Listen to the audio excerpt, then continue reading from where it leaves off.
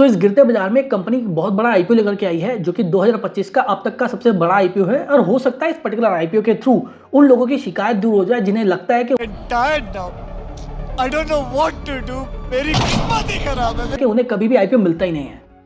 अब ऐसा क्यों, वो मैं सबसे वीडियो के लास्ट में बताऊंगा। उससे पहले आपको ये पूरा वीडियो देखना होगा और इस वीडियो में बताऊंगा कि आप वेदर अगर आपको अप्लाई करना है आईपीओ या नहीं करना, ये तो आपका डिसीजन होगा। आप डिसाइड करेंगे कि इसमें अगर आप लिस्टिंग के लिए जाना चाहते हैं या फिर आप होल्डिंग के लिए जाना चाहते हैं। बट स्टिल कुछ तो इन्फॉर्मेशन आपको रिक्वायर होगी ना for taking decisions and for making right and rational decisions, and उसी के लिए वीडियो आपके लिए है। तो सबसे पहले शुरुआत करते हैं पर्टिकुलर कंपनी के बारे में। तो कंपनी इनकॉर्पोरेट हुई 1992 में। कंपनी का नाम है हेक्सावेयर टेक्नोलॉजी। कंपनी क्या करती है? कंपनी करती है एआई बेस्ड सॉल्यूशन, ये क्लाउड कंप्यूटिंग से रिलेटेड, डिजिटल ट्रांसफॉर्मेशन से रिलेटेड सॉल्यूशंस प्रोवाइड करती है all over the world.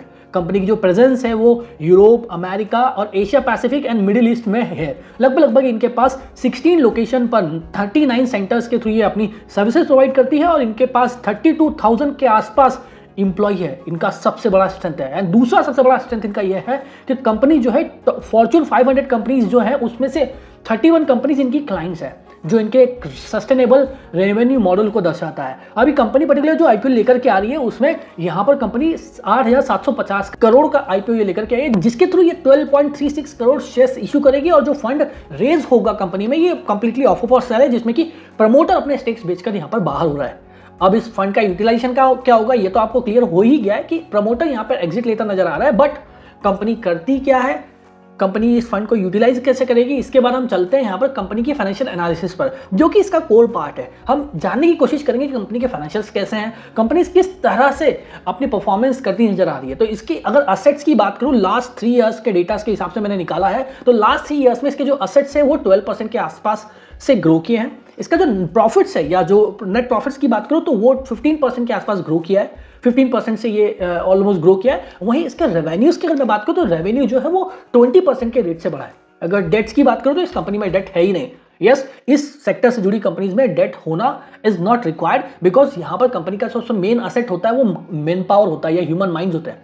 So here in this sort of industries यहाँ पे कंपनी की जो डेट टू इक्विटी होता है वो 0.1 या उससे कम होता है। एंड कंपनी इसके अदर फाइनेंशियल्स पे नजर डालें तो कंपनी का आरओई आरओसी की अगर बात करूँ तो आरओई जो है वो 23.4% के आसपास है। वही आरओसीई की बात करूँ तो वो 23.36% के आसपास है। एंड कंपनीज के पीयर्स पे अगर मैं कंपेयर करूँ कंपनी को, तो कंपनी जो है यहाँ पर अदर पीयर्स के कंपैरिजन में बेटर नजर आती है, बिकॉज इनका जो पी है वो 43 के मल्टीपल्स पे ये आईपीओ लेकर के आ रहे हैं। और other companies just like persistent, Coforge, L&T माइंट्री and emphasis, इनके जो पी है ऑन एन एवरेज अगर मैं देखूँ, परसिस्टेंट का पी जो 84 के आसपास है, वहीं कोफोर्ज का पी 64 के आसपास है, वहीं एल&टी माइंट्री का जो पी है वो 38 के आसपास है और इस कंपनी का पी जो 43 के आसपास है। मतलब एट पार या इवन मैं बोलूँगा बेटर पी यहाँ पर नजर आता है। इवन रिटर्न ऑन नेटवर्थ की बात करें तो इस हेक्सावेयर टेक्नोलॉजी का जो रिटर्न ऑन नेटवर्थ है वो 23.6% के आसपास है, जो कि इसके अदर पीयर्स से कंपेयर करें तो वहाँ पे 22, 23, 22.9% या 17.7% के आसपास है।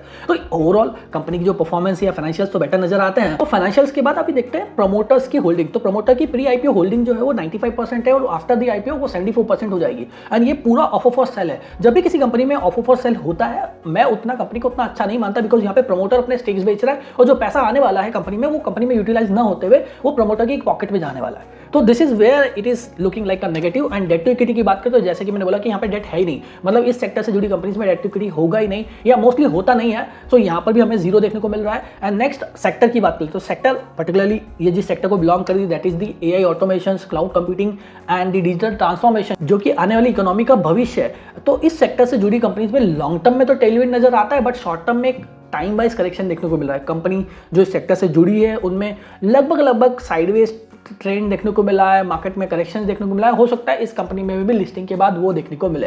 तो please before applying the IPO अच्छे थॉरोली आप इस पर्टिकुलर कंपनी के आईपीओ को स्टडी करेगा, उससे पहले आप आईपीओ अप्लाई मत करेगा।